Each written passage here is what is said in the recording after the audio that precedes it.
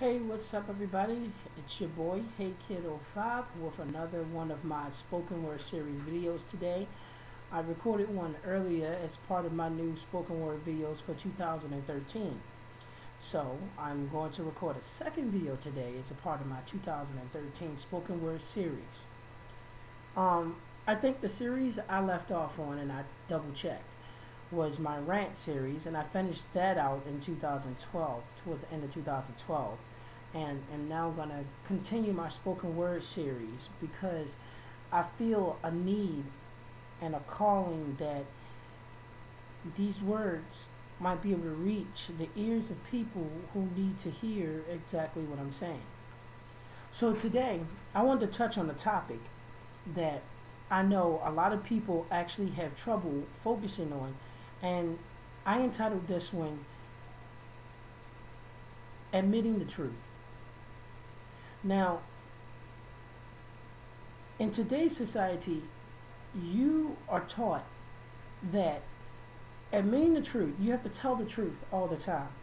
That just telling one little white lie, just telling one little fib, oh, all of a sudden you're damned to hell. Your soul is going to burn in hell for all eternity. But no. Yes, a lie is a lie, period. No matter which way you look at it, a lie is a lie.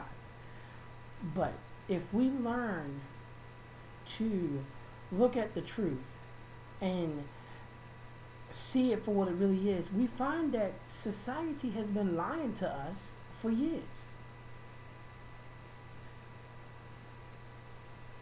Do we know everything that the government is working on? No. Do we know all of the scientific secrets that are out in today's modern world? No. Do we know what type of new advances in technology we're going to have a couple of years from now, days from now, hours from now, seconds from now? No. And the main reason we don't is because the truth is being hindered from us. Society has been lying to us. And the thing that we don't understand is the fact that where society preaches and talks so much about how you should tell the truth all the time, yet they continue to lie to us. So at the end of the day, they're telling you should tell the truth just a little bit, not the full truth. Well, I'm here today to tell you that the truth has to be told, period. In my last video, I started to touch on the topic where I was talking about putting up blinders and how we tend to blind ourselves from the truth. I wanted to record part 2 of that same topic where I'm actually going to touch on admitting the truth. When you put up those blinders and you blind yourself from what's right there in front of you, you're hindering yourself from the truth. Now we must move on past that step of knowing that we're putting up blinders, knowing that we're not telling ourselves the truth, knowing that we're denying ourselves the truth, knowing that we're in a state of denial. You must move on from that part to the next part of the process, which is actually admitting the truth, accepting it. For example, I'm going to give a scenario. Let's say two people, let's just give them names. Let's say Randy, and let's say Randy met this girl, and her name is Sarah.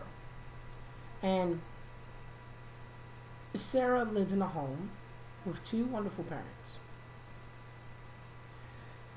Sarah has her mom, Sarah has her dad.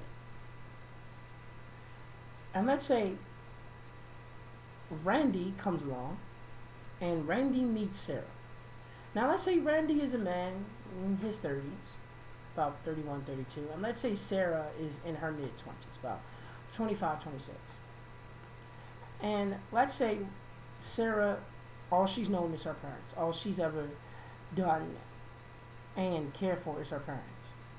So what Sarah decides to do is what she always do, the normal thing she always do. So Randy sees Sarah one day.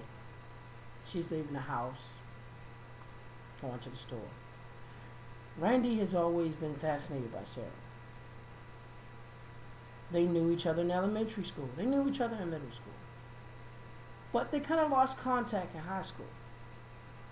Now, college has come up and, Randy happens to see Sarah walking down the street to go to the store. He's coming from his class, from his college, and he's making his way home. So he sees Sarah and he walks up to her.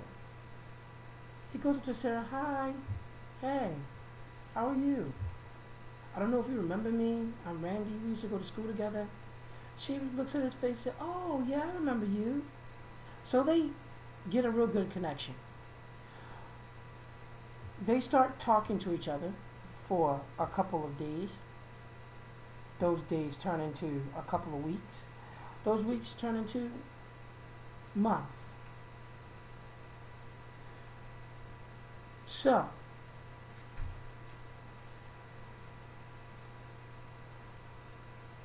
one day Sarah's at home and she gets a call on her phone from Randy. Sarah's talking to Randy on the phone and everything like that, and they've made a real good connection. So Sarah decides she wants to take things a little further. She goes out with Randy one day, and she asks Randy, she tells Randy, I want to take things a little further. I want to make things a little more serious. So now Sarah and Randy start dating, and they go from dating to actually becoming boyfriend and girlfriend. So Sarah decides to bring Randy over there to her family one day. Randy comes there, meets the mom, meets the dad. Randy sees the mom. The mom loves Randy. Randy is just one of the most nicest guys a woman could ever meet. After meeting the mom, now Randy goes to meet the dad. The dad seems nice. The dad seems genuine. He seems loving. He seems caring. But then, so, I'm going to leave that pause there. So, Randy decides, okay, her family's nice. I really like her. He truly loves her. So Randy stays over for a couple of hours, 4 at the most, and then he leaves and goes home. After leaving and going home, Sarah asks her parents, "Well, what do you guys think of Randy?" The mother said, "I love Randy. He's just the nicest guy." The dad says, "Yeah, he seems okay. Yeah." And doesn't really say much. So, now, after not saying much, Sarah, who should have been concerned by that, just accepts it, okay? And he didn't. Okay. So the next couple of days turns into weeks, and weeks turn into months, and the months turn into a year that they've been together. Through that entire year, part of that year, Sarah has brought Randy over to the house, and the dad, he would see Randy and he would say, "Hi, how you doing?" And then would just go about his business. But then one day, Randy came over, and Randy was over at Sarah's house. Sarah said it was okay for Randy to come over, so they chilled together. Then Sarah's dad, he came in the house and saw Randy there. "Hey man, how you doing?" He said, "How you doing, sir?" And things seemed okay. Then while Randy was sitting there talking with Sarah, Sarah gets up because Sarah's dad called her into the kitchen. She goes in and she talks to her father. Her father says, "Why is he here? Why is he at my house?" Randy overhears this conversation and says, "Wow, really?" Upon leaving Sarah's house, Randy was conflicted with emotion. He didn't know how to take the situation.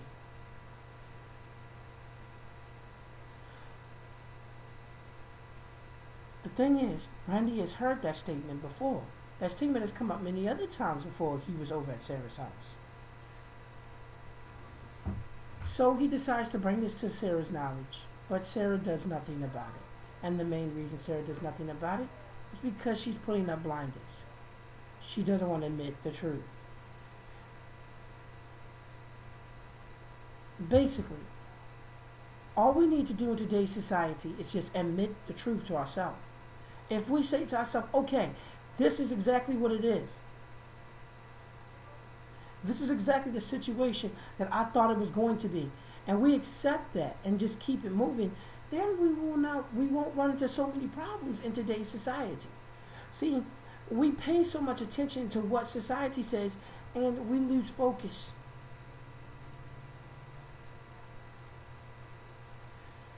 Jesus, when he would do his teachings, he knew what the Pharisees thought of him. He knew what all the people thought of him. And he continued to teach. When he knew he was going to get nailed up on that cross, he continued to teach. So my question to you today, what are you going to continue to do? What are you running away from? What are you putting blinders up against? Life is too short for us to worry about such petty and trivial problems. Let's go out there today and do what we have to. Not just for the one we love, but for ourselves. Thank you.